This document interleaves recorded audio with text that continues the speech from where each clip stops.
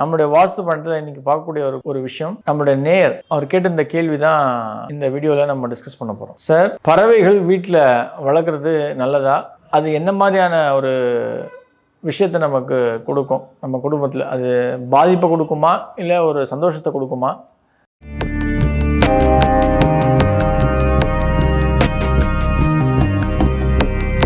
நமஸ்காரம்.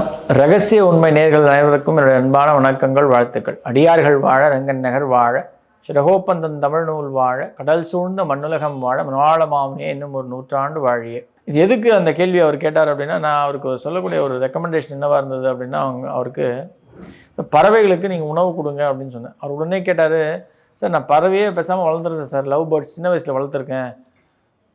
அந்த ஒரு விஷயந்தான் எனக்கு வந்து இந்த வீடியோவை போடுறதுக்கு ஒரு உந்துதலாக இருந்தது.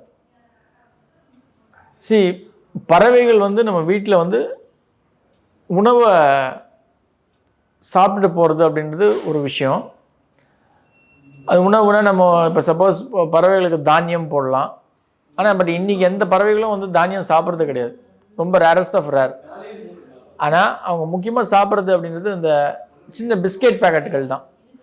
இந்த பிஸ்கெட்டை வந்து தான் ரொம்ப விரும்பி பறவைகள் சாப்பிட்றது. அது காக்காவாக இருக்கட்டும், புறாவாக இருக்கட்டும், இல்லை மற்ற ஏனைய பறவைகள், சிட்டுக்குருவிகளாக இருக்கட்டும், எல்லா பறவைகளுமே விரும்பி சாப்பிட்றது இந்த சின்ன பிஸ்கெட்டுகள் தான்.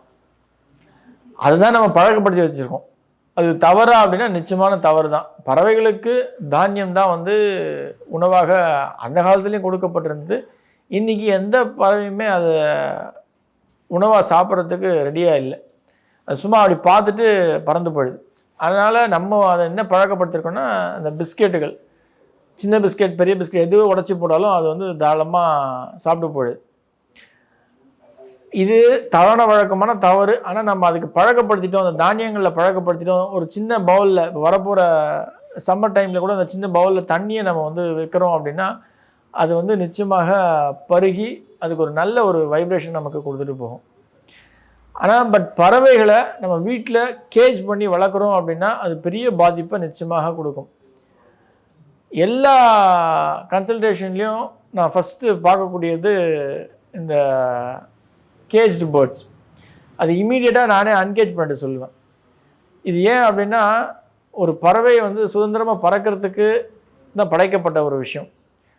ரெக்கைகள் கொடுத்து இறைவன் அதை வந்து உல்லாசமாக பறக்கணும் அப்படின்ற ஒரு அபிப்பிராயத்தில் தான் இறைவனை படைத்தார் பறவைகளை.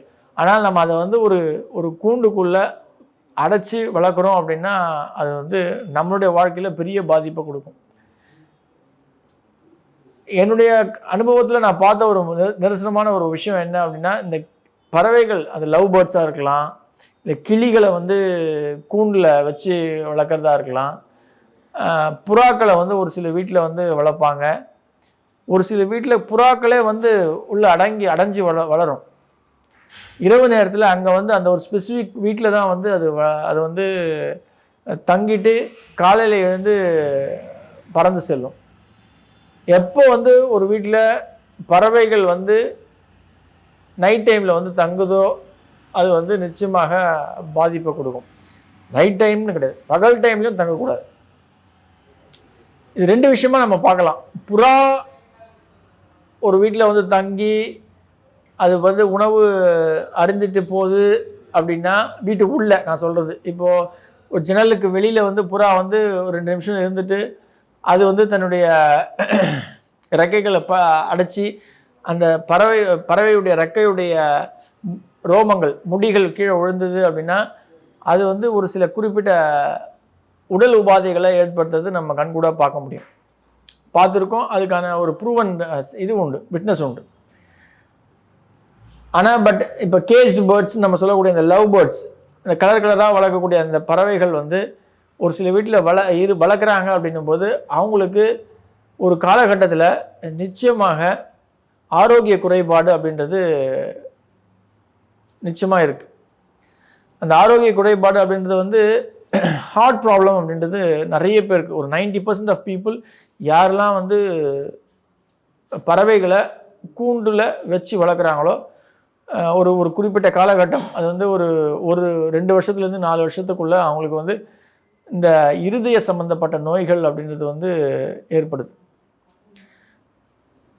இது ஒரு முக்கியமான விஷயம். அதற்கு அப்பாற்பட்டு இந்த ஃபயர் ஆக்சிடென்ட் அப்படின்றதும் வந்து நிச்சயமாக நடைபெறுது. அந்த கூண்டில் வச்சு வளர்க்கப்படுகின்ற பறவைகள் இருக்கின்ற வீடுகளில் ஃபயர் ஆக்சிடென்ட் அப்படின்றது நிச்சயமாக நடைபெறுது.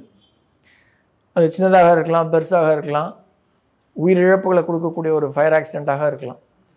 ஆகையால் பறவைகள் அப்படின்ற ஒரு விஷயத்தை வந்து சுதந்திரமாக பறக்க விட்டு அது உணவு மட்டும் நம்மளால் முடிஞ்சவரையிலும் கொடுக்கறது அப்படின்றது வந்து நிதர்சனமான உண்மை. உணவு அப்படின்னும் போது ரெண்டுமே அடங்கும். தானியங்களும் அடங்கும், நீர் ஆகாரமும் அடங்கும். இன்றைக்கி நான் ஏற்கனவே சொன்ன மாதிரி இந்த பிஸ்கெட் அப்படின்ற இந்த விஷயத்தை பழக்கப்படுத்தாதீங்க. பிஸ்கெட்டோடு சேர்த்து கொஞ்சம் கொஞ்சமாக அதுங்களுக்கு தானியம் இதில் பழக்கப்படுத்திங்கன்னா ஒரு காலகட்டத்தில் தானியம் மட்டும்தான் நீங்கள் அதுக்கு உணவாக கொடுக்குறீங்க அப்படின்னும் போது நிச்சயமாக அது தானியத்தை நோக்கி வரும். அந்த ஒரு காலகட்டத்துக்கும் தயாராக இருக்கும்.